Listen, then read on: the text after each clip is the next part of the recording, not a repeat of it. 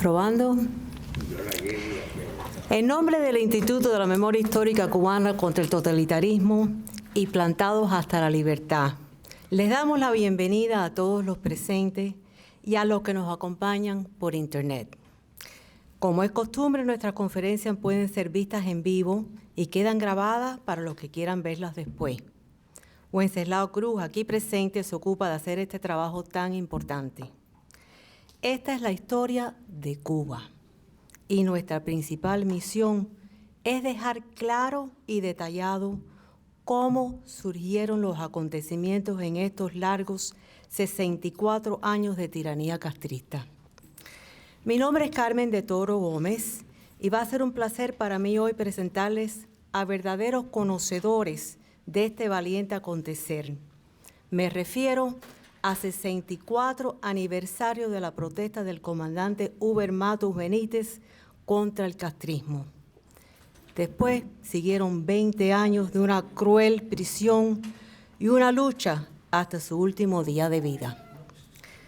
Para darnos un contexto histórico, vamos a llamar al periodista y presidente del Instituto de la Memoria Histórica Cubana contra el Totalitarismo, Pedro Corzo.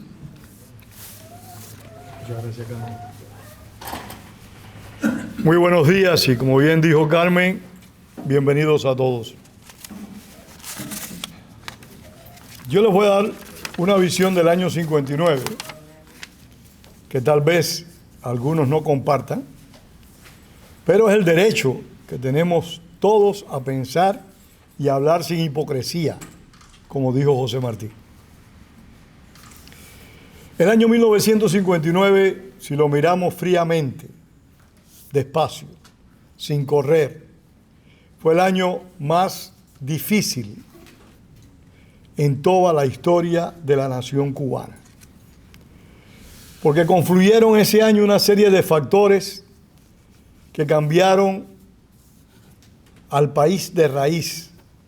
Afectó profundamente nuestro concepto de nación, modificó profundamente nuestros conceptos sobre la República y lo que es peor, se sembraron las bases para la destrucción de la República de Cuba.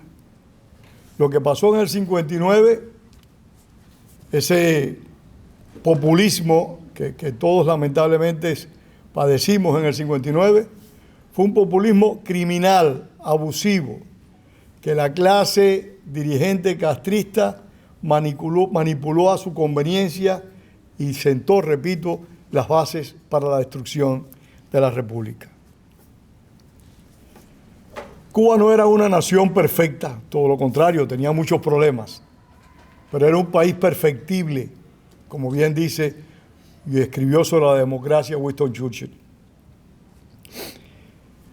La situación de Cuba era compleja, sumamente compleja. Salíamos de un régimen de fuerza del déspota Fulgencio Batista. Iniciamos un proceso nuevo con un líder carismático, muy singular, Fidel Castro Ruz. Y en todo ese proceso, quien más sufrió, quien más padeció y quien más cómplice fue el propio pueblo cubano. Porque el pueblo cubano padeció, pero también fue cómplice en la dejación y en la entrega de sus derechos. Lo que ocurrió en el cuartel militar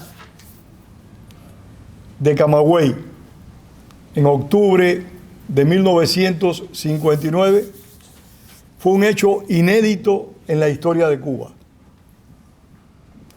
¿Por qué? Porque nosotros que estábamos acostumbrados desgraciadamente a azonadas militares, lo que hizo el comandante Huber Matus fue una acción cívica, repito, única y singular. Huber Matus no utilizó las escopetas, no utilizó los fusiles para gritar su verdad, utilizó el coraje que le caracterizaba, las convicciones políticas que defendía y como las defendió durante más de 20 años en prisión. ¿Cuáles fueron las situaciones que llevaron a esta protesta? Y es el trabajo mío de hoy, poner en contexto ese año 59. Fueron muchas las cosas que alertaron a aquellas personas que tenían conciencia de la realidad. Primero, los fusilamientos masivos sin respetar el más mínimo índice del derecho de gente, porque todos tenemos derecho a ser juzgados sin importar el delito en el cual hayamos incurrido. Ese fue un factor importante. Yo recuerdo que un día íbamos caminando por la calle Colón o Cuba en la ciudad de Santa Clara, un grupo de estudiantes, y venía otro grupo de estudiantes, pero una turba de estudiantes, tocando tambores y gritando paredón, paredón, paredón. Y José Antonio Albertini, que siempre ha sido fresco, se le acercó a aquella gente, que algunos eran compañeros nuestros, de bachillerato, y le dijo: ¿qué pasa aquí? ¿Qué es lo que está ocurriendo? ¿A quién le piden paredón? Y saltaron otros: no importa a quién se le pida paredón, hay que dar paredón. Esa fue, desgraciadamente, la moral y los valores que allí fueron impulsados y promovidos. La verdad la tenía la revolución y nadie podía cuestionar a esa revolución. Sin embargo, reitero, Uber Matos lo hizo con el coraje que nos demostró durante toda su vida. Junto al paredón hubo otros procesos que llamaron la atención. El doble juicio a los pilotos. Los pilotos fueron exonerados por un tribunal revolucionario, no fueron exonerados por un tribunal regular de la República, que de hecho desaparecieron prácticamente enseguida. El comandante Fidel Castro, abogado, pero que siempre hizo lo que le vino en gana, perdonen ustedes. El comandante Fidel Castro cogió y le ordenó al tribunal que volvieran a juzgar a los pilotos. Fueron juzgados y fueron sancionados. Esto ocasionó una serie de situaciones muy complejas también. Un suicidio, asesinato, porque todavía se discute si el teniente del Ejército Rebelde, creo que era Rugerio Peña, no estoy muy seguro, ¿tú te recuerdas? El teniente Rugerio Peña, creo que era... Pena, muchas gracias. Era comandante. Comandante. Sí, Pena. Se pegó un tiro. Gracias. Otros, como Michel Yabur, se empezaron a alejar de la revolución porque eso fue una canallada pública de Fidel Castro y de los que lo apoyaban ciegamente en ese momento. Después hubo otra cosa que debió llamar la atención. La ida de Cuba de Pedro Luis Díaz-Lan. ¿Quién era Pedro Luis Díaz-Lan? Un joven piloto cubano que era a la sazón el jefe de la Fuerza Aérea Revolucionaria. Díaz-Lan, si no me equivoco, fue el que llevó a Uber Matos a Cuba, a la Sierra Maestra, con un cargamento de armas. O sea, era un hombre con credenciales revolucionarias. Vino para Estados Unidos, denunció en el Congreso la penetración comunista que había dentro de Cuba y en Cuba no pasó nada. Simple y llanamente, Castro, Carmen, dime el tiempo. Castro hizo una campaña en contra de Pedro Luis Díaz-Lan, que la repitió un mes más tarde, oigan esto, 16 de julio del año 1959. Le dio un golpe de Estado a Urrutia. Porque cuando nosotros leemos por ahí, Urrutia renunció. No, señores, no se engañen, Urrutia no renunció. A Urrutia le dieron un golpe de Estado. Y hay que decirlo, Fidel Castro era un golpista, aparte de decirse revolucionario. Bueno, todos sabemos, recientemente murió para mí, uno de los héroes más importantes de nuestro proceso contra la dictadura, Roberto Perdomo. Roberto Perdomo, hay documentales filmados por Wenceslao Cruz del Instituto de la Memoria Histórica, donde Roberto Perdomo describe esos acontecimientos de julio del año 59 y cómo Fidel Castro fue madurando todo eso para tratar de destruir a Urrutia y crear condiciones para él asumir el poder absoluto. Ese mismo mes, ya y anteriormente, varios dirigentes del movimiento 26 de julio se habían reunido con Castro y le habían expresado su preocupación por la penetración comunista, en particular en las Fuerzas Armadas. En aquella revista que ustedes recordarán que se llama Verde Olivo, que estaba totalmente controlada por los comunistas. Se le acercaron el comandante Hugo Matos, se le acercó otra persona que Rogelio conoce, Rogelio Cisneros, un cubano ejemplar, presidente vitalicio de esta institución, un hombre que realmente, de él vamos a hablar en breve, un hombre excepcional también, como otros muchos hombres y mujeres que hemos conocido en este largo proceso. Hablaron Orlando Bosch, que era coordinador del 26 de julio en ese momento en la provincia de Las Villas, todos, Agramonte, todos se sentaron y hablaron con Fidel Castro. Él no escuchó a nadie. Como decíamos en presidio, el 21 de octubre, a Hugo Matos se le llenó el gorro de guisazo, dijo esto no da más, e hizo lo que debía hacer para demostrar de que un sector del pueblo cubano que respaldaba la revolución y un sector del liderazgo de esa revolución no estaba de acuerdo con la penetración comunista. Y se produjo la protesta en el cuartel militar, de la cual va a hablar Rogelio Matos a continuación, si no me equivoco. Estos son acontecimientos que estamos obligados a conocer, que desgraciadamente, la mayor parte de nosotros lo vivió o lo escuchó de lado, no le prestamos la importancia necesaria. Y por eso a veces todavía seguimos utilizando el lenguaje castrista, el lenguaje y la historia oficial que nos han ido dando por décadas. La juventud es la que debería estar aquí, porque ese es supuestamente el futuro de Cuba. Desgraciadamente no tenemos capacidad de convocatoria para hacerlo compartir. Y darse cuenta que la mejor manera de evitar cometer los errores del pasado es conocerlos a profundidad. Muchas gracias a todos.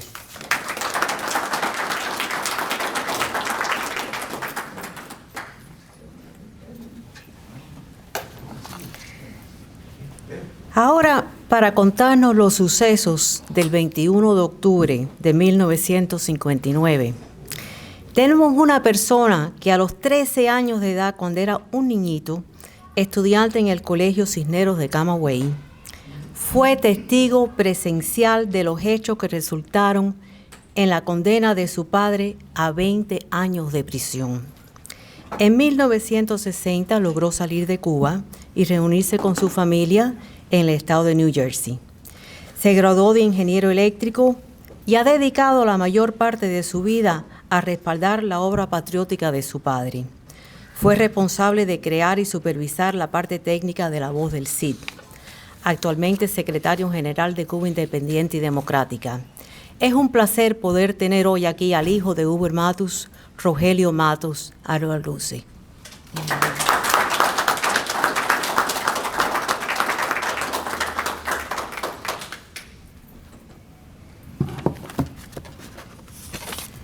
Muchas gracias y buenos días, buenas tardes a todos.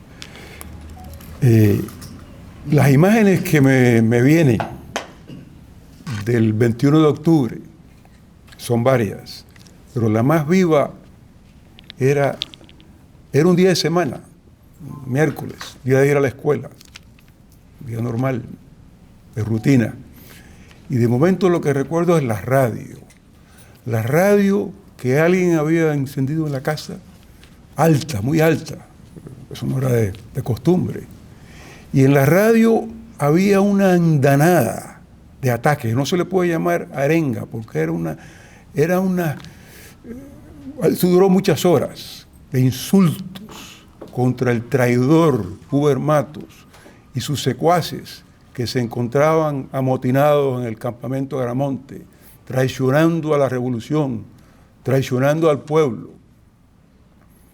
clavando un puñal en la espalda del pueblo, identificados, como se acostumbraba a decir, con los enemigos, con Trujillo, con Batista, con sabe Dios cuántas otras cosas. Se les llamaba hijos de perra. Me acuerdo vivamente que se repetía el insulto, hijos de perra.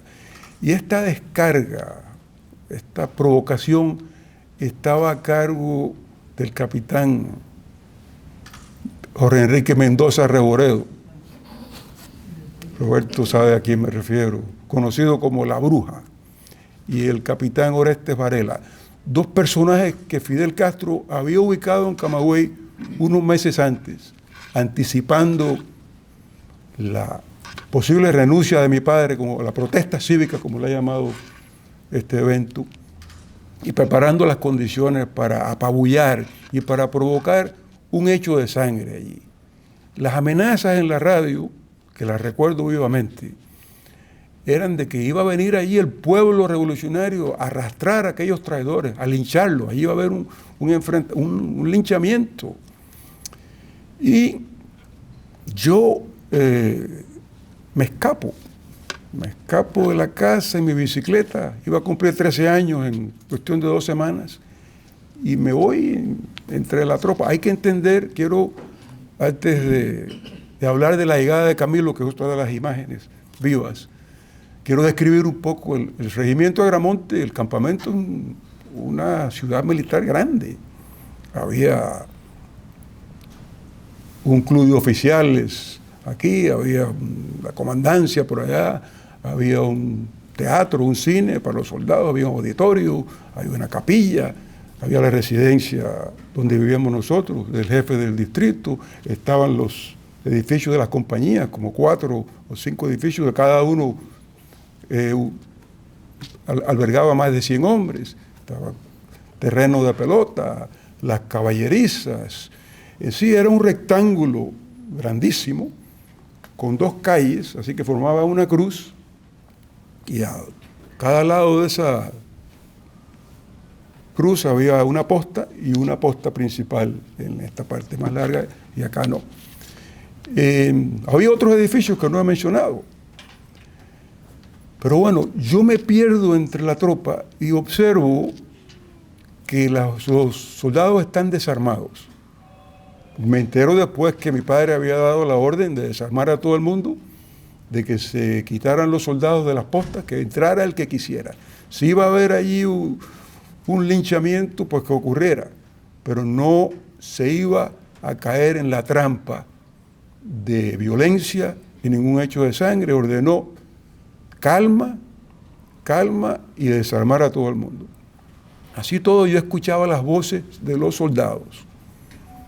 Y el estado de ánimo era: el que entre aquí no sale. El que entre aquí no sale.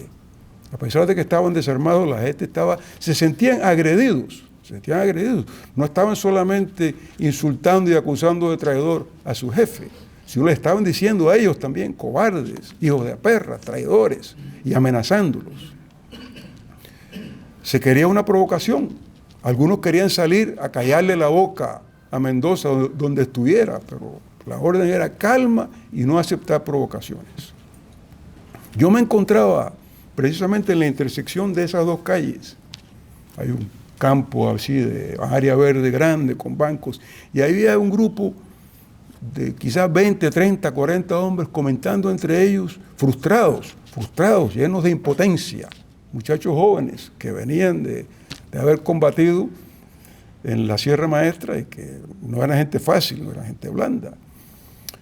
Y estaría yo a 40 metros de la comandancia y a una distancia más o menos parecida de la casa donde vivíamos. Ya mi madre, y había sacado a mis 2 hermanas, se había ido, anticipando, no se sabía lo que iba a venir allí, que iba a ocurrir. A mí me dejaron, pues no me encontraban. Tuvieron que decidir que resuelva por su cuenta. Estaba yo escuchando aquello y de momento veo a Camilo Cienfuegos, que entra por una de las postas del costado, en 7, 8 vehículos, jeeps, cargados de hombres. Habría una veintena de hombres armados, con rifles, con cienfuegos a la cabeza del primer vehículo. Era entrar aquellos 20 hombres así casi en zafarrancho de combate, en aquel avispero de más de 1000 hombres que están en el estado de tensión en que estaban y queriendo cobrárselas, queriendo golpear a alguien, a pesar de las órdenes, la insistencia de su jefe de mantener la calma. Para mí era obvio, y ha sido siempre obvio, que era una trampa tendida al comandante Huber Matos y a Camilo Cienfuegos. A Camilo lo querían que lo asesinara allí alguien de la tropa de Huber Matos, que en efecto por extensión sería, lo asesinó el traidor Huber Matos.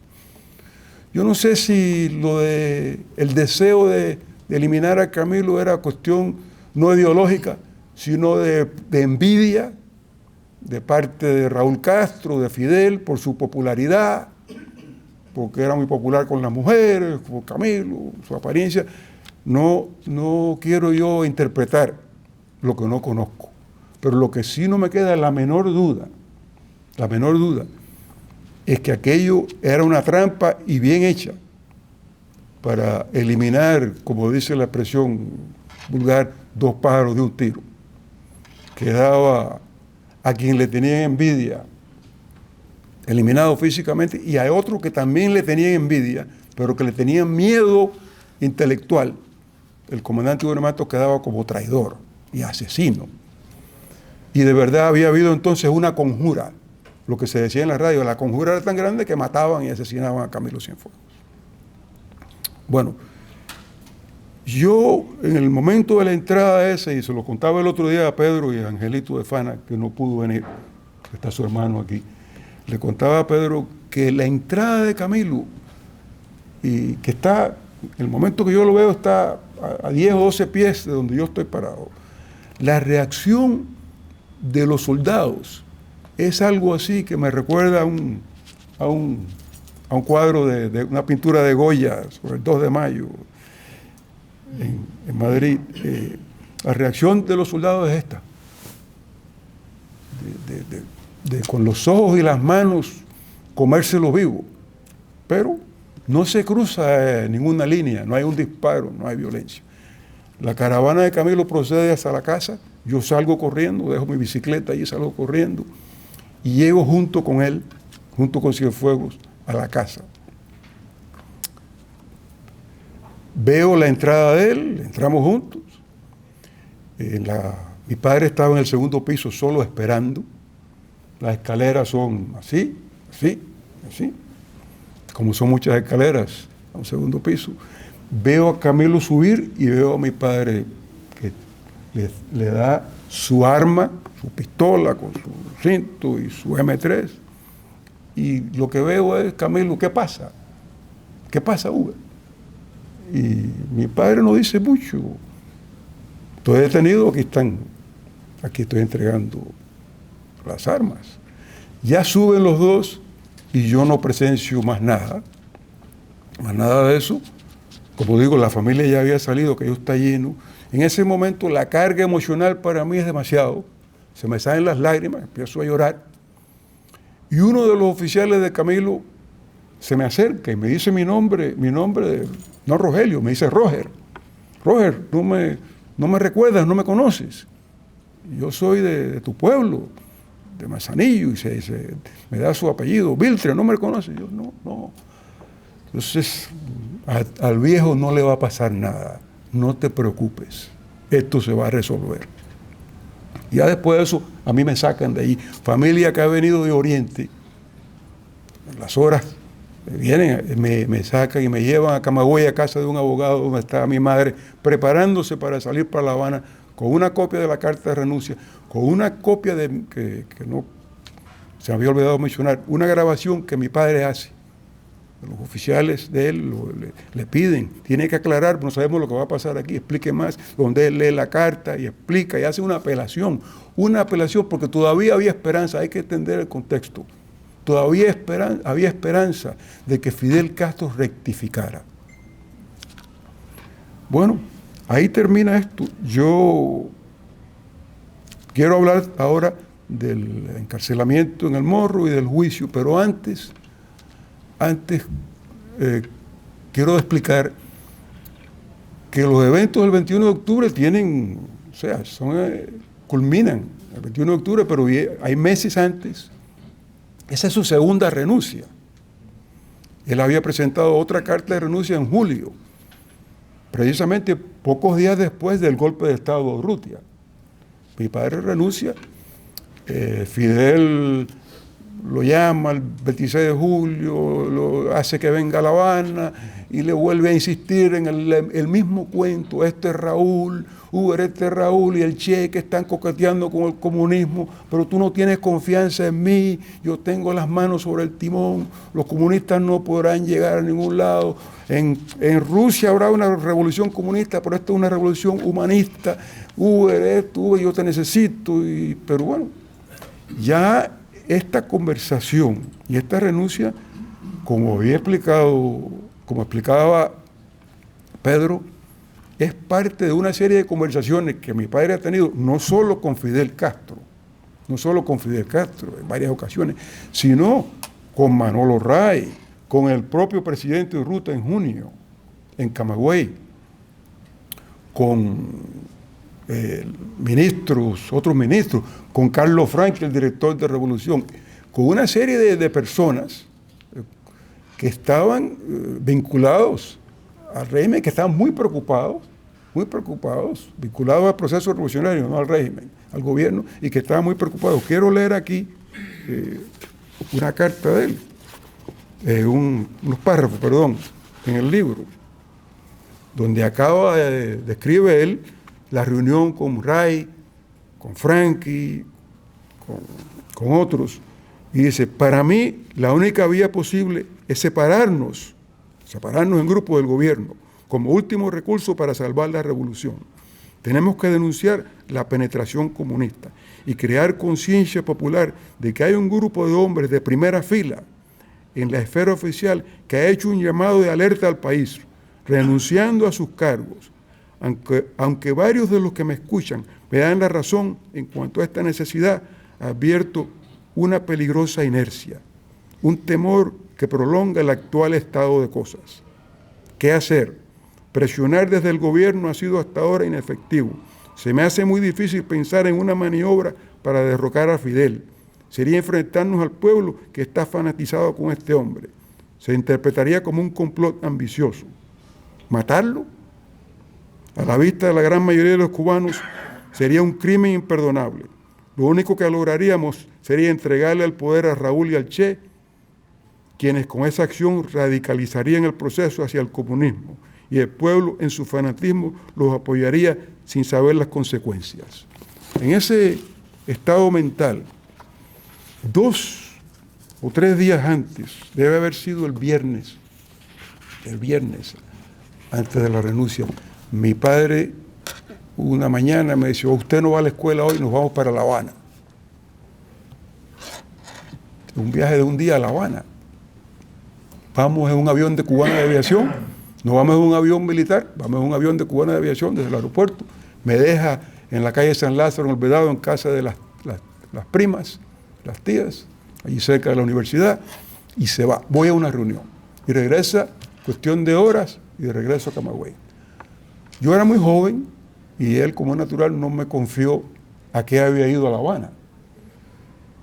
Pero años después, 20 y pico de años después, conversando, me dice: fue mi última apelación al grupo, fue mi última. ¿Ustedes van a dar el paso o lo tengo que dar solo? Y la conclusión es que lo tengo que dar solo, porque aunque están de acuerdo, nadie cree que se puede lograr mucho, vamos a decirlo así. Ese es el contexto. El día 21, ya en el libro está detallado, Fidel llega allí, hace su algarabía, otros oficiales deciden renunciar. Si Uber es traidor, pues nosotros somos traidores también y renunciamos. Hay un grupo como de 20 hombres que renuncian, capitanes. No mencioné que la carta del 19 de octubre, que termina el 19 de octubre, la entrega en persona el capitán Carlos Álvarez. ¿Cómo estoy de tiempo? ¿Estoy bien? La entrega el teniente Carlos Álvarez a Fidel en persona. Fidel devuelve una nota en que dice, te puedes ir, no hay problema, te puedes ir, quedamos como amigos, la revolución te necesita, pero esto y lo otro.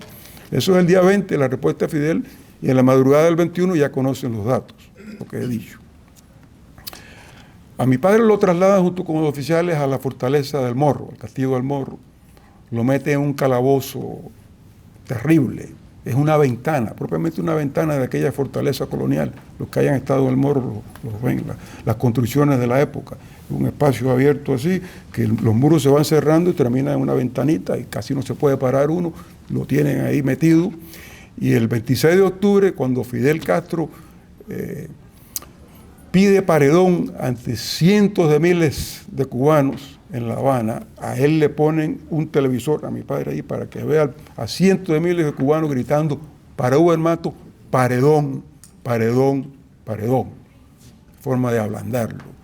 Y Fidel Castro manipula a la población, mezclándolo con el vuelo de Díaz Lang sobre La Habana, donde había volado Díaz Lang, soltando unas proclamas, denunciando la traición al pueblo cubano, y que Castro manipula como el bombardeo de La Habana, un bombardeo de La Habana que en realidad, si hubo metralla que cayó en algún lugar de la capital, fue fuego antiaéreo, tratando de derribar al avión que cayó y hizo algún daño en la ciudad.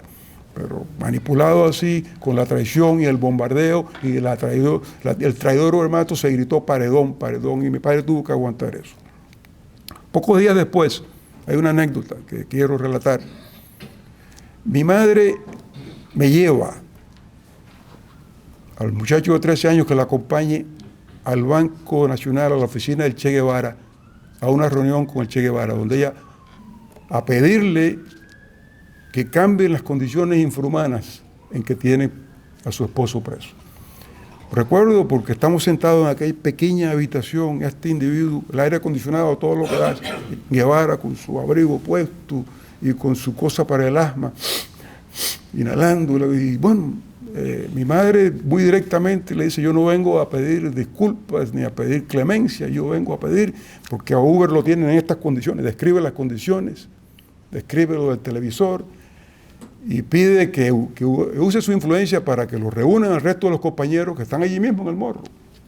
Y Guevara entra en una serie de explicaciones que no se me olvidan, porque dice que él sabe que Hugo Matos no es traidor, pero que el error que ha cometido Uber es que esa semana, precisamente el 21 de octubre, y esa semana de octubre, estaba la convención en La Habana de la Asociación Americana de Agentes de Viajes, el ASTA.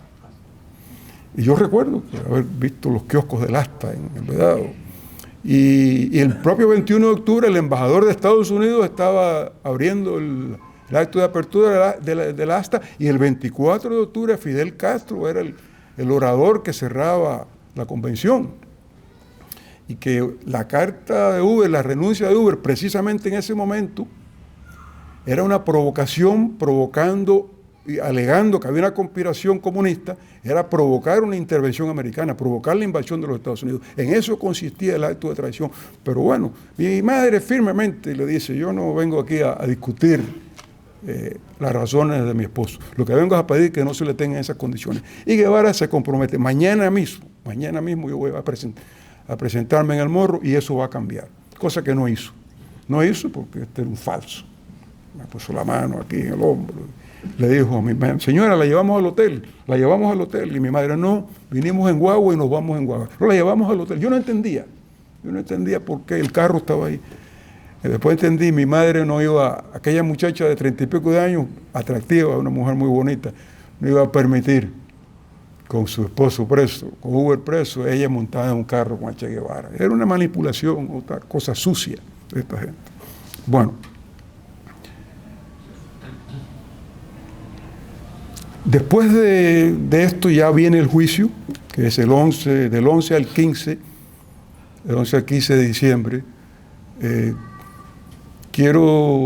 Si el juicio se realiza en el Teatro del Campamento Militar de Colombia, la sede del Estado Mayor, que creo que ya para esa época le llamaban Ciudad Libertad.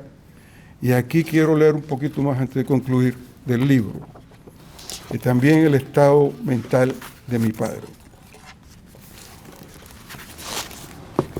Día antes del juicio. Fidel tiene el monopolio completo del juicio. Me juzgará un tribunal militar seleccionado por él mismo, en el que todos sus miembros le son incondicionales. También escogió al fiscal y a los funcionarios a cargo de las tareas auxiliares, tribunal, testigos, lugar y público. Pero él será el verdadero fiscal y también se reserva el papel de testigo acusador. Él ordenará la sentencia al tribunal para que la comunique públicamente. Pero llevo mis ventajas. Estoy preparado para el peor escenario. No me hago ilusiones. Creo que me van a fusilar. Voy a decir la verdad y me van a tener que escuchar. Vivo soy un problema para ellos, muerto también. Así que me lleven a la cárcel o al paredón, ellos pierden. La llegada al teatro, la caravana de escoltas, el grupo de Camagüey viene en una guagua. Cuando se bajan, para sorpresa de ellos, hay unos 200, 300 hombres militares, allí mismo afuera del teatro, que rompe un aplauso cuando se bajan. Una cosa inesperada, ellos todavía no controlaban, ni controlaron la muerte de Camilo, porque no tenían en el campamento aquel día, ni pueden evitar. Mi padre y los oficiales se sorprenden de ver aquello y reconocen algunas caras de las tropas de Camagüey, gente de Camagüey que ha viajado, de la columna 9, que están ahí a la expectativa que va a pasar y que aplauden al grupo cuando se baja. Y hay otros militares que se contagian, que están allí con sus compañeros y aplauden. Del juicio, y después hay otra cosa que creo que le salva la vida. Fidel ha reunido al público, como dice el libro, al público. Hay más de 1000 oficiales del Ejército, de la Marina, de la Fuerza Aérea, que están allí para que vean un escarmiento de lo que ocurre al que se atreve a cuestionar al máximo líder. Cuando mi padre, el presidente del tribunal, le dice, el acusado tiene algo que decir, al principio mi padre se para y empieza su defensa. Y aunque lo mandaban a callar, al acusado no se le ha preguntado eso, él los ignora y da la defensa de quién es él, qué ha hecho y por qué está allí. Y aquel grupo de oficiales, cuando él termina, lo aplaude. Y creo que Fidel Castro cogió miedo porque no controlaba los eventos todavía y porque en la prensa internacional también no se debe obviar eso. En Europa y en Estados Unidos, algunos intelectuales y periodistas empezaron a escribir sobre esta injusticia y empezaron a comparar al caso del comandante Hubert Matus en Cuba con el caso de un oficial francés de origen judío, Dreyfus, que había sido a finales del siglo pasado injustamente sentenciado y acusado de espionaje. Y varios periodistas americanos y franceses en particular, había todavía prensa extranjera en Cuba, compararon a Hubert Matus si era un Dreyfus moderno, que si estaba ocurriendo aquella cosa. Hay una famosa carta de Emilio Zola que se titula Yo acuso, en el caso de Dreyfus, y todo esto sale en colación y Fidel se asusta. Fidel se asusta y decide 20 años y lo trituramos en prisión. Yo quiero concluir con que yo creo que Hubert Matus triunfó, a pesar de los 20 años de cárcel y 20 años de torturas y todo eso. Triunfó porque al encontrarse en aquella disyuntiva entre el camino correcto y el camino fácil, escogió el correcto y el pueblo cubano hoy en día lo aprecia. Y aunque la alerta que quiso dar a toda la población no funcionó, por lo menos alertó a elementos patrióticos, a elementos que lo necesitaban. El otro día conocí a una presa política, Genoveva Canaval, que cayó en prisión siendo una muchachita y que la metieron 6 años de prisión y me dijo, tu padre fue para nosotros un ejemplo, una inspiración. Así que en ese sentido triunfó, contó su verdad y hasta el último minuto de su vida, minuto de su vida lo dedicó a defender los derechos de su patria. Hay una expresión, un escrito de Carlos Alberto Montaner donde le llamó el último de los mambises, y creo que era merecido, y creo que es un hombre que todavía tiene vigencia. Muchas gracias.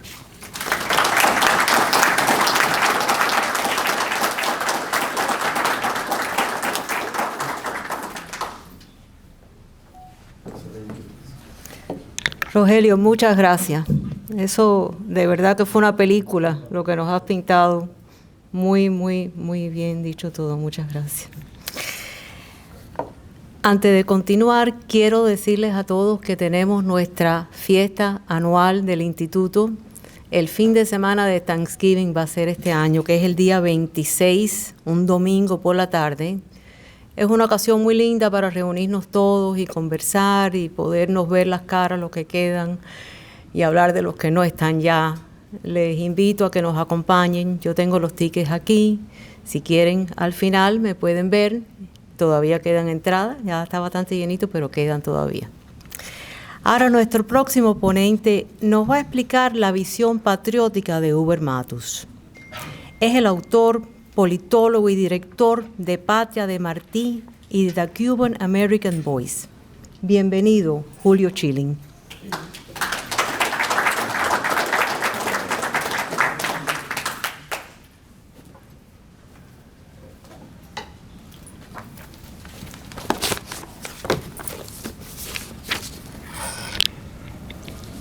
Bueno, buenas tardes. Le quiero dar las gracias a Rogelio Matos por esta invitación, a Pedro Corso del Instituto de la Memoria Histórica y a Ángel de Fana de Plantados hasta la Democracia para permitirme ser parte de esta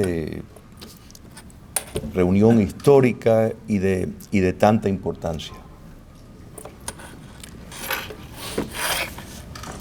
Hubert Matos le tocó un papel histórico que yo creo que ni él mismo estuvo consciente de lo que le había tocado. No creo que fue un papel que él escogió,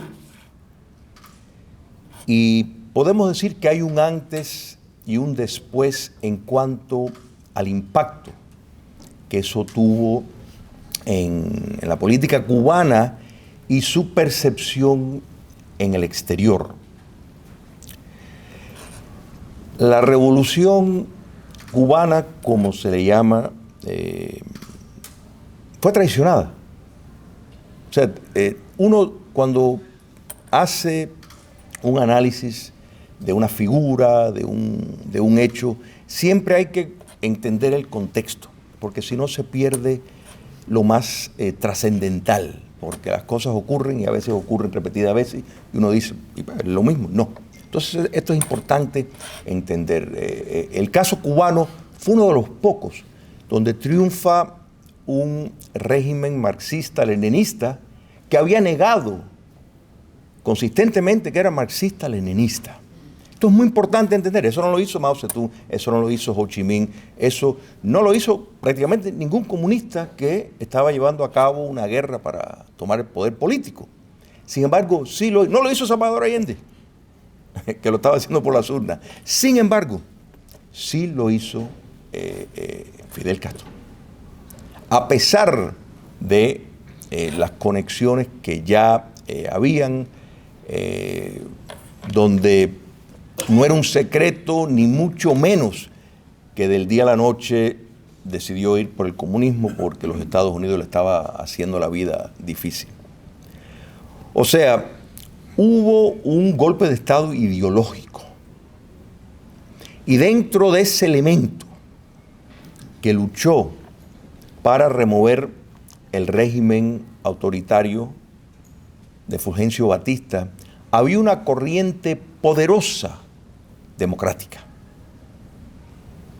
Y había dentro de los corazones de muchas de esas personas que querían ver un cambio, ese mismo anhelo.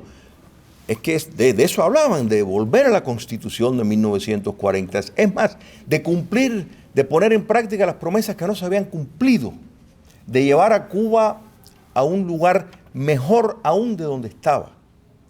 Esto fue la promesa. Y en ese motor estaba la figura de Huber Matos.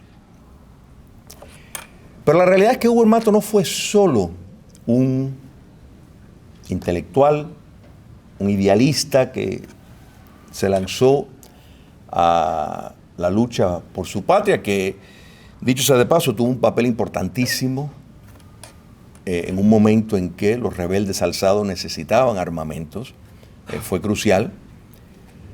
Sino Huber Matos fue uno de los líderes principales de ese movimiento. O sea, sacamos a Fidel Castro, Raúl Castro, Ernesto Guevara, a ver quién más queremos poner, Camilo Cienfuegos. ¿Quién viene? Almeida, no, Almeida no. Está Huber Matos. Quiere decir que había una relevancia práctica, militar, de ese motor que estaba llevando a cabo esa guerra en Cuba. O sea que no era simplemente un oficial más, que los habían y los habían muchos idealistas, pero la realidad es que Huber Matos tenía el respeto de muchos y me atrevo a decir el temor de Fidel Castro, porque pensaba, exponía sus ideas claro y estaba muy firme en lo que quería para Cuba. O sea, Fidel Castro, en mi apreciación, entendió bien desde el principio, por eso quería que Huber Matos volviera al exilio, que volviera para recaudar fondos, porque no lo quería ahí en el protagonismo con él. ¿Por qué? Porque podía elaborar ideas y sus ideas tenían una base democrática. Que esto es otra cosa que quiero decir. O sea, curiosamente, el marxismo ha reservado sus ataques más brutales a la socialdemocracia porque lo considera que les desviaron. Si vemos, por ejemplo, la crítica de Edward Bernstein, para poner un contexto, que era marxista, el socialdemócrata alemán, que le hace al marxismo, es un enjuiciamiento brillante porque está poniendo estadística y le dice, mire, Marx se equivocó, Engels se equivocó, esto no es así. O sea, entonces por eso es que le declararon la guerra a todos, o sea, le pedían su cabeza, porque podía poner en riesgo la retórica que ellos querían establecer. Huber Matos no fue socialista, no fue marxista. Socialdemócrata, bueno, puede ser, pero entendemos, y esta es una discusión que tengo con muchas personas, la socialdemocracia opera dentro de un régimen democrático y de libertad. El hecho de que ciertos corrientes, y yo no pretendo hablar por Huber en cuanto a esto, pero es una percepción que tengo, que muchas veces la democracia cristiana pues, tiene muchas cosas en conjunto en cuanto a la visión de redistribución, determinadas prioridades y cómo organizar una economía y una sociedad, pero hay que hacer siempre de esa distinción. Si hubiera sido socialista, si hubiera sido marxista, lo que pasa es que le dicen socialismo, Marx en eso fue, socialismo, comunismo, lo habló como un sinónimo. Entonces son después personas que se quieren separar un poco, que le quieren dar un cuerpo separado al socialismo, pero no es cierto. Ni tampoco existe el socialismo democrático. Pero la socialdemocracia es otra cosa completamente diferente dentro del campo democrático. Hago esta distinción porque es importante para la historia, es importante cuando miramos gran parte de los logros de la República, se basó precisamente, esa clase media que creció, fue producto de una estrategia, eso no ocurrió de la nada. O sea, y eso hay que entender, y muchos de nuestros economistas, nuestros líderes democráticos de Cuba republicana, pese a todos los defectos, tenían esa visión y se logró ese gran campo que luchaba contra el régimen de Batista dentro de las filas revolucionarias. Con apego democrático, veían el llevar a Cuba a esa próxima escala. Repito, la comunización de Cuba ocurrió tan rápido. Estamos ahora en octubre. A muchos de ustedes, igual que a mí, seguramente les parece que el nuevo año, parece que fue los otros días que estábamos celebrando el nuevo año, que estábamos celebrando el 20 de mayo. Sin embargo, estamos en octubre, ¿no es verdad? Bueno, a estas alturas, en Cuba, en el año 1959, había ocurrido un mundo. O sea, ya para marzo había una penetración notada dentro de las Fuerzas Armadas, porque el comunismo internacional entendió que quien controla las armas puede controlar la política, y en Cuba eso era un hecho muy común. En mayo, el Instituto Nacional de la Reforma Agraria, el INRA fue la herramienta para colectivizar a Cuba. Y estaba usando nada menos que las Fuerzas Armadas del poder político radical. Esto lo vio Huber Matos, igual que otros compatriotas. Pero esto fue muy claro, el curso que el nuevo régimen estaba tomando. Pero cuando repito nuevo régimen, yo creo que esto, recogiendo de lo que estaba diciendo Rogelio y Pedro, es muy importante recordar que en el año 1959 no era un fenómeno monolítico, debido a que llegaron al poder por una fuerza plural de diferentes vertientes ideológicas, incluyendo la democrática, que era la que se expresaba de forma mayoritaria. Este es el principal líder que está diciendo que el marxismo, que el comunismo no sirve, que lo que él tiene son 4 gatos que están en eso, que sabemos que es mentira, pero sin embargo lo está expresando. Entonces hay que entender que es un terreno que sí, uno ve síntomas, los fusilamientos, ve esto, pero no es el primer proceso, lamentablemente, que ocurre cuando hay revoluciones, cuando hay tomas de poder de este tipo.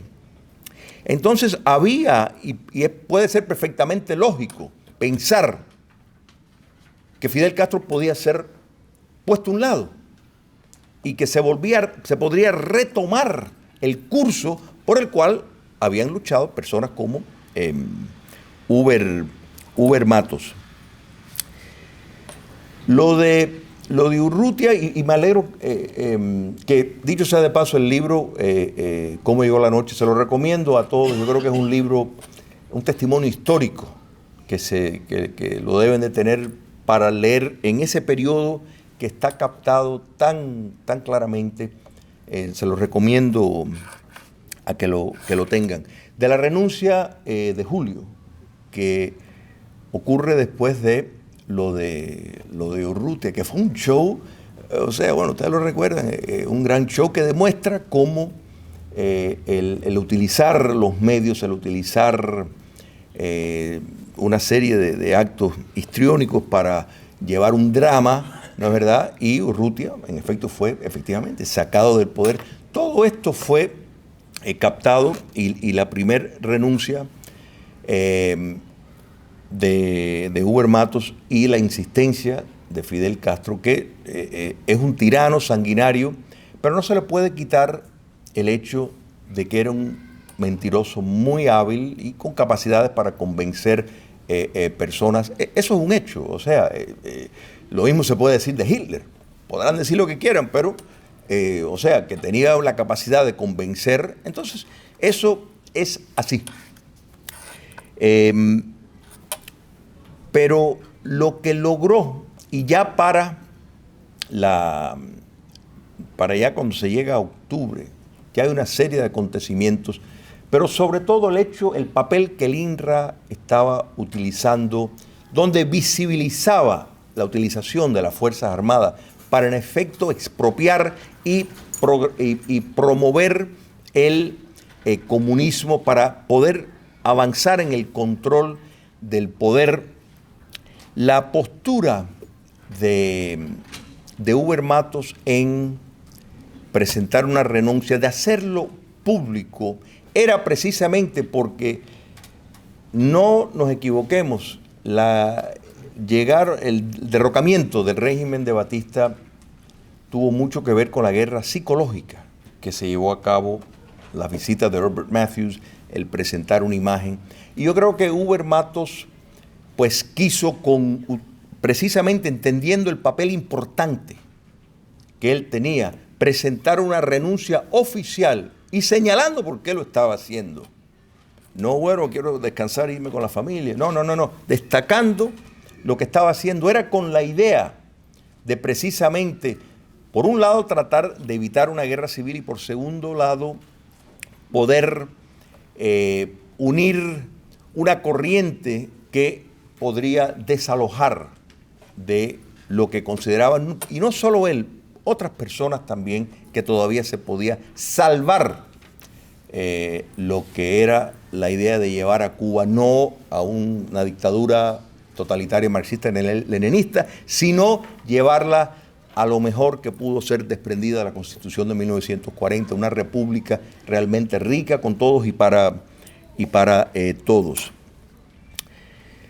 El juicio, ya cuando ocurre, es el paradigma y queda oficialmente un antes y después. A mí, en el libro, la parte donde, porque Huber Matos estaba seguro que lo iban a fusilar, él dio por hecho que lo iban a fusilar, porque eso es lo que esperaba y dignamente estaba esperando eso. Y cuando, oye, 20 años,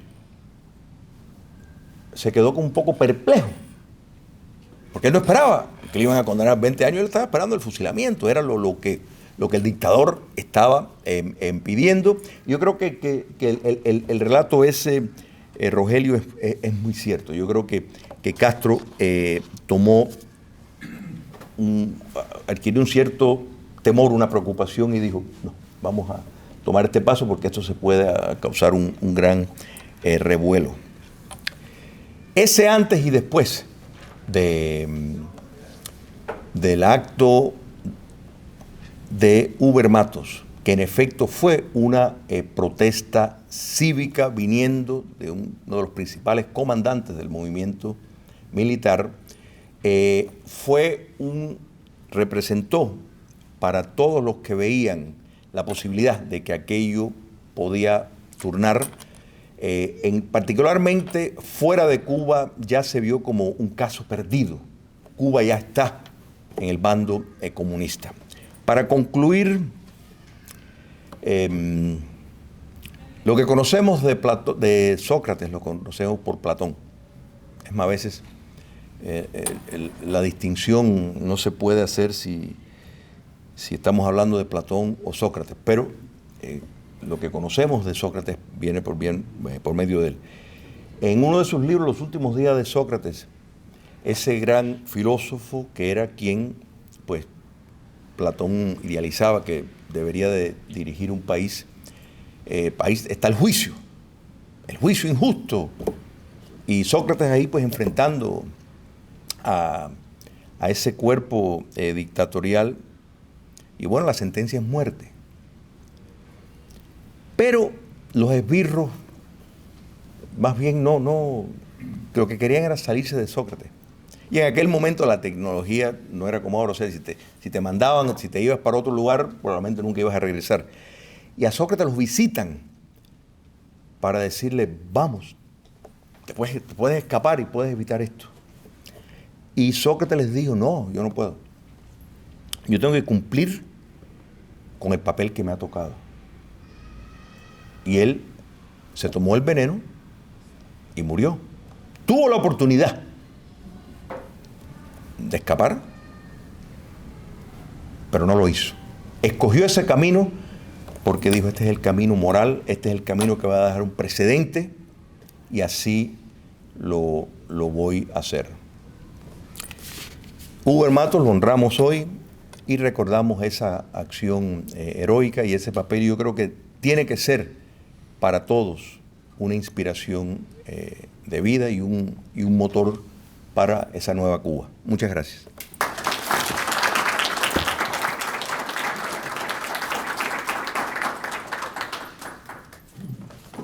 Muchas gracias, Julio. Hoy tenemos este salón hasta las 2:30.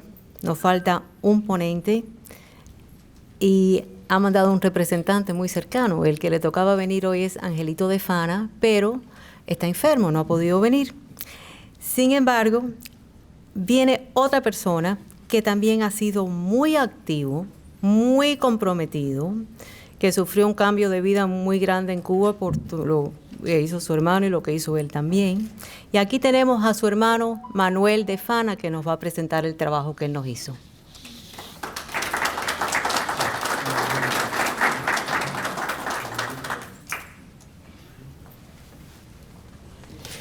Muy buenas tardes. Primero quisiera decir que me invade mucho orgullo de estar hoy presente ante ustedes y con Rogelio Chile, el presidente del Instituto de la Memoria Histórica, porque realmente es algo indescriptible el oír hoy las cosas que hemos sabido de Huber Matos. Yo me crié sabiendo de Huber desde que tenía 9 años. Yo era un poco más joven que Rogelio. De él oía en cada visita que acudía a ver a mi hermano, o en las cartas, y era Huber y Huber y Huber. Y así sucedió hasta que conocí personalmente a Huber, también en Venezuela, en casa de Lamazares, y desde entonces siempre he sentido esa gran admiración. Hoy mucho más por las cosas que he oído de su vida. Se suponía que mi hermano participaría en este 64 aniversario de la primera protesta nacional contra el totalitarismo y el comunismo en Cuba. Huber Matos, el 21 de octubre de 1959,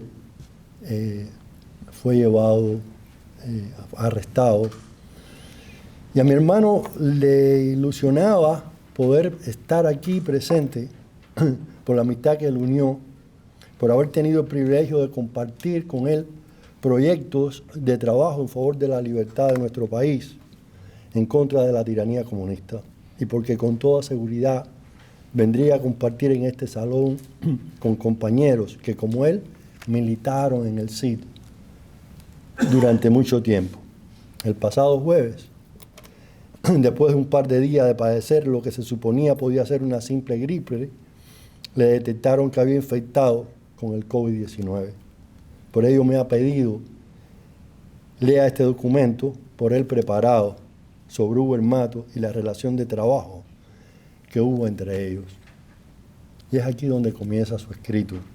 Habiendo escuchado ustedes relatos de su hijo Rogelio sobre la protesta y el juicio que enfrentó su padre, el comandante Huber Matos, me remito primeramente a hacer mención de su prisión.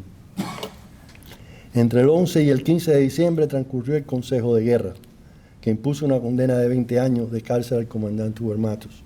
Huber en todo momento se declaró inocente y víctima de una conjura creada por Castro. El Consejo de Guerra se desarrolló en Colombia, sede del Estado Mayor del Ejército, y de ahí fueron trasladados a una galera de la prisión de la Marina de Guerra en El Morro. 22 oficiales de la tropa de Huber fueron sentenciados a condenas entre 2 y 7 años de prisión. Al principio, Huber fue mantenido aislado del resto de sus compañeros y algún tiempo después se reunieron nuevamente. Huber nos contaba que continuamente era objeto de provocaciones por parte de la guarnición, que supuestamente debió haber sido escogida por los Castro. La asistencia médica era prácticamente nula, lo que provocó una especie de motín, dándole fuego a todo lo que pudo ser quemado dentro de la galera, en el morro. Las visitas le fueron suspendidas. Para ese entonces, Uber recibía la visita de su esposa María Luisa. El 9 de enero de 1960 fueron sacados de la prisión del Morro y llevados al aeropuerto militar de Colombia. En horas de la mañana del 10 de enero, dos B-26 en los que viajaban aterrizan en el aeropuerto de Nueva Gerona, siendo recluidos en uno de los pabellones cercanos al hospital de la prisión modelo de Isla de Pinos. Muy pronto los edificios circulares estarían colmados con los presos políticos de la lucha contra el comunismo, haciendo realidad la épica conversación del general Gerardo Machado: ya vendrá algún tirano loco que las llene. Y las llenó. ¿Y de qué manera?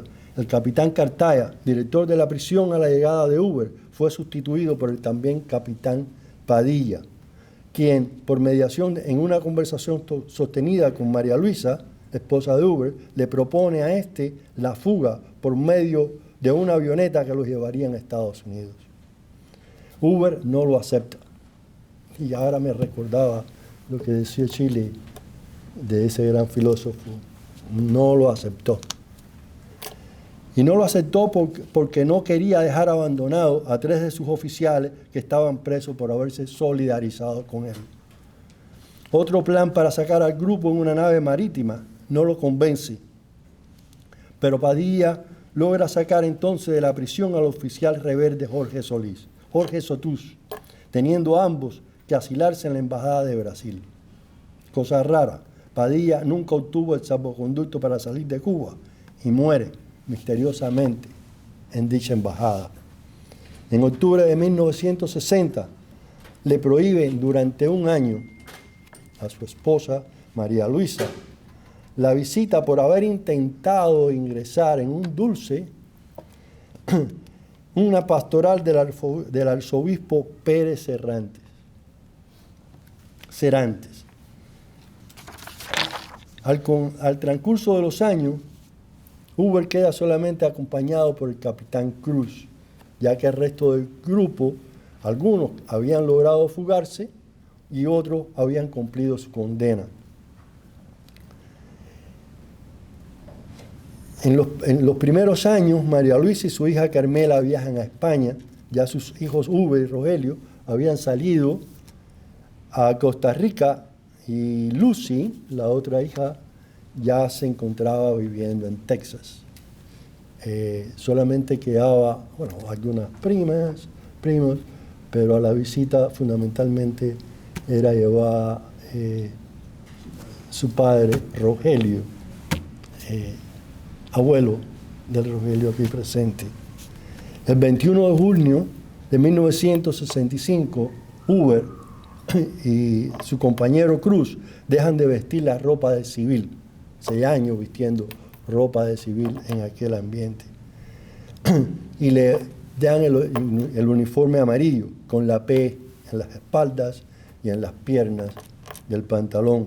Y vestido amarillo. Vestido de amarillo, a partir del año 1965. Un año después, el 21 de mayo de 1965, un año después, el 28 de mayo del 66, fueron trasladados por vía marítima a Batabanó y de allí a La Cabaña, donde permanecen durante 33 días en el patio con el resto de la población penal o de los presos que ahí se encontraban. Más tarde son trasladados a la Galera 23, donde Uber y el resto de los 15 presos recluidos allí no aceptaron vestir, como trataron de obligar, el uniforme azul de los presos comunes, todos quedando en calzoncillos. A ellos se les sumaron otros 10 prisioneros traídos de la prisión del Príncipe para obligarlos a vestir ese uniforme. Y no lo lograron.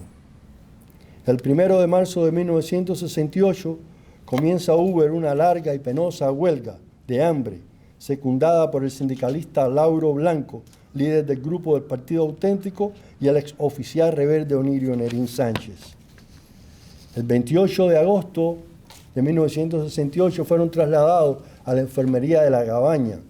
Luego de 165 días de ayuno, se trasladan a la galera 16 del patio, donde se encuentran con el resto de los presos políticos en La Cabaña.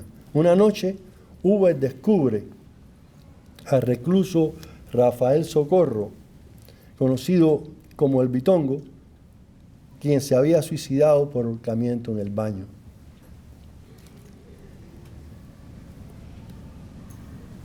Nuevamente, Uber participa en una huelga en La Cabaña de más de 800 prisioneros. Esta vez lo acompañan Silvino Rodríguez y Tony Lamas. Uber nos contaba cómo había sido cruelmente torturado durante la huelga por oficiales, como oficiales al mando del teniente Medardo Lemos, ¿sí?, jefe de prisiones.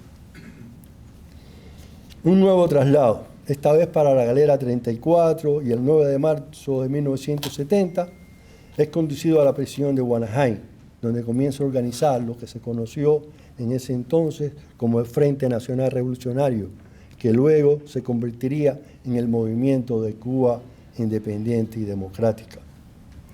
El 11 de noviembre de ese año, Uber es trasladado al Príncipe, junto a un pequeño grupo de presos seleccionados, entre los cuales se encuentra el líder estudiantil Pedro Luis Boitel, el cual muere durante una larga huelga de hambre.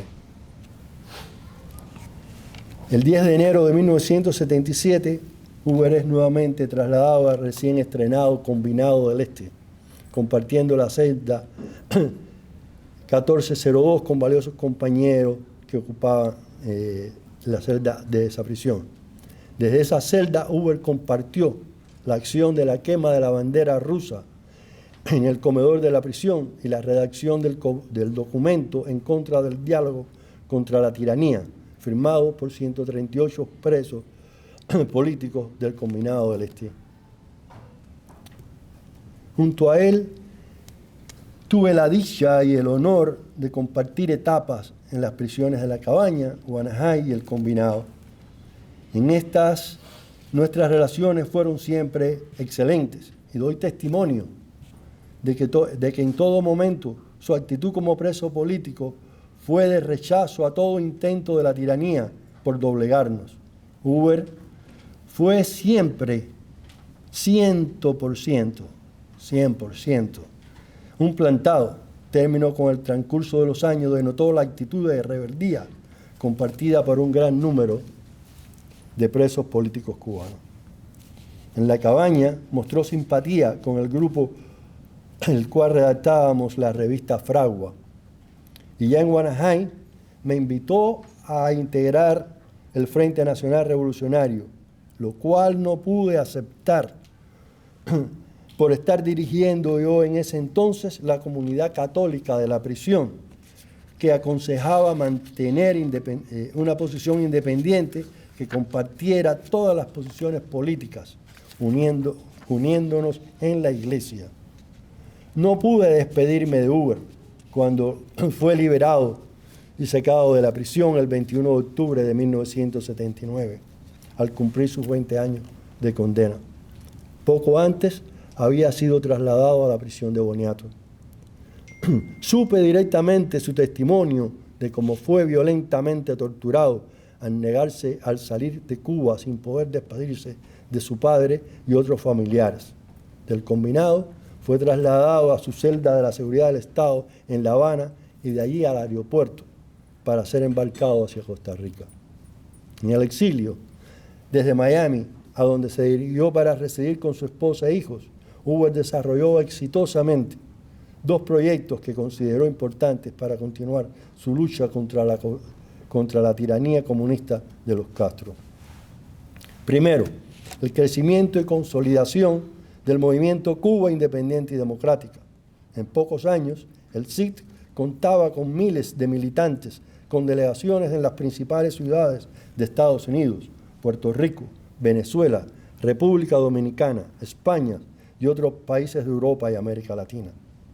Hoover era recibido por jefes de estados y personalidades importantes de la política democrática en el mundo. El CID publicaba un periódico tabloide mensual dirigido por el vicesecretario general Mario Villar Roses, y un boletín, Noti Cuba en español y News Cuba en inglés, que por miles se distribuía en las ciudades donde existían delegaciones y naturalmente en los principales medios informativos y políticos de Estados Unidos, Europa y América Latina. Segundo, La Voz del CID, dirigida por su hijo Hoover Matos Araluce, para establecer la comunicación con el pueblo cubano. Esta radio, en sus inicios, con pequeños transmisores y transcurridos pocos años después, contaba con un transmisor de 50 kilovatios y antenas muy sofisticadas que permitían que la señal no pudiera ser bloqueada por las bandas transmisoras de la tiranía. Informes de medios independientes de prensa aseguraban que la programación de La Voz del CID era escuchada dentro de Cuba, y yo doy fe de ello, de lo cual solíamos también recibir en nuestras oficinas nuestra muestra de la recepción nacional. Ernesto Díaz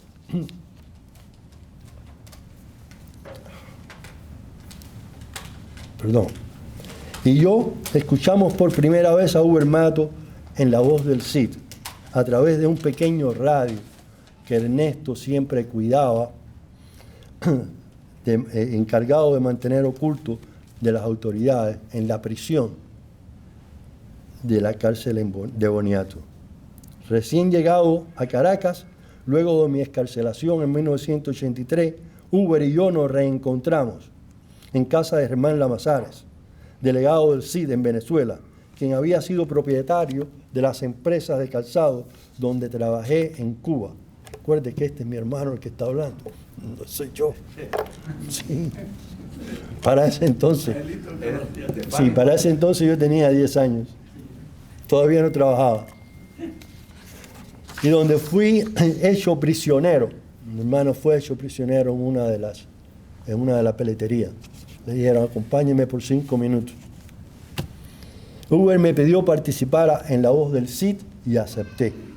Desde Caracas viajé en 2 ocasiones al país centroamericano, desde donde se transmitía La Voz del CID. En aquel entonces no podía hacerse público dicho lugar. Ello fue motivo de que familiares y amigos creyesen que yo regresaba de Venezuela a Miami, cuando en verdad mi origen de vuelo era El Salvador, donde se encontraban las plantas de transmisión. Al día siguiente de mi llegada me incorporé al trabajo en la oficina del CID en Miami, primeramente junto a Juan Benemelis, escuchando la radio cubana y redactando noticias y comentarios. Recuerdo que al principio Hoover me decía que mi voz, su voz, no servía para la radio. Y en poco tiempo me convertí en uno de los presentadores estelares de varios programas y sustituto de Matos Araluce como director de la emisora. Al final, tuve el gran privilegio de colaborar con Hoover en la edición de su libro Cómo llegó la noche, el cual recomiendo su lectura a todos los que deseen ampliar sus conocimientos sobre la historia reciente de nuestro país. Muchísimas gracias.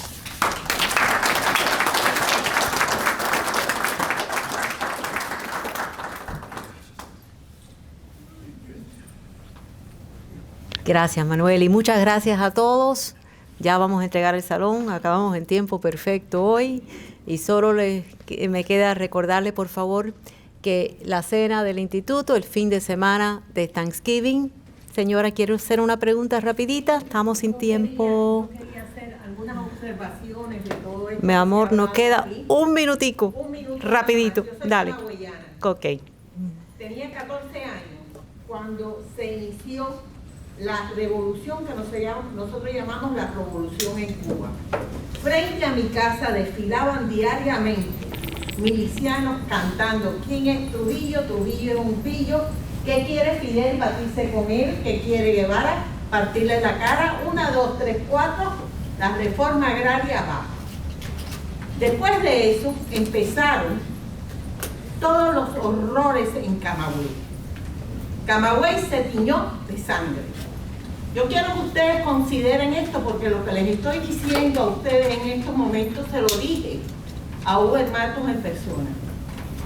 Yo en Venezuela abrí mis brazos y los brazos de mi casa y de mi hogar a todos ustedes que están aquí y todos los que salieron por Venezuela para ayudarlos y brindarles mi mano, mi apoyo, porque los enemigos de Cuba son sencillamente la división.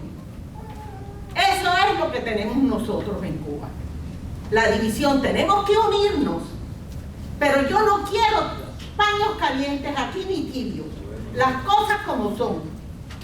Mucha sangre y mucho dolor costó esta revolución en Cuba, y mucho desastre, y muchos presos políticos y muchos paredones. Así que vamos a hacer esto, porque yo quiero que ustedes sepan que donde quiera van a tener una mano amiga en mí, pero vamos a saber identificar dónde están los psicópatas, dónde están los verdaderos tiranos, porque hoy en día tenemos a los demócratas implementando exactamente las mismas cosas. Bueno, mi amor. Y está sucediendo, y lo estamos viendo. Y Pero tenemos que reaccionar a esto como deben. Ok. Permiso, gracias, gracias. Mi nombre es Gracias. Ana María Lamar. Gracias, gracias a todos otra vez. Me decían en Venezuela Chiqui Casares. Muy bien. Y por favor, para que ustedes sepan, mi mano está abierta a todos, pero todos menos las mentiras. Ya somos muy adultos para caer en mentiras. Gracias a todos por acompañarnos hoy. Muchas gracias, nos vemos en la próxima y en la cena si pueden venir. Por favor, el 4 de noviembre, perdona Carmen, a las 2 de la tarde, vamos a estar aquí para hablar de figuras destacadas del exilio que han desaparecido. Así que están Y una invitados. cosa que quiero recordarle a Rogelio, que en todo Oriente y en todo Camagüey, cuando se contestaba el teléfono, se decía, Uber Matos no es traidor. Dígame, ¿qué ustedes desean? Todo el mundo.